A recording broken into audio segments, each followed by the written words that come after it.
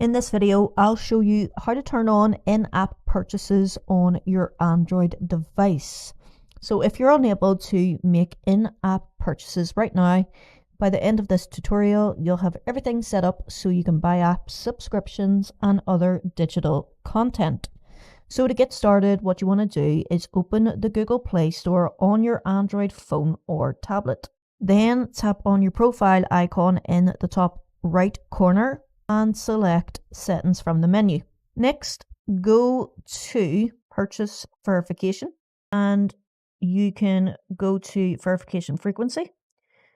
And basically, you can set this verification with a security code, whether that's your PIN code, your fingerprint, face unlock.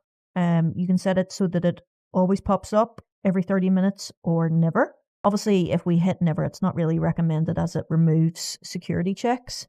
I would always select it for all purchases. Then what you want to do is add a payment method. So go back to the Google Play Store menu and tap on Payments and Subscriptions. Then what you want to do is go to Payment Methods and make sure that you have a valid credit card, debit card, PayPal, or Google Play balance added.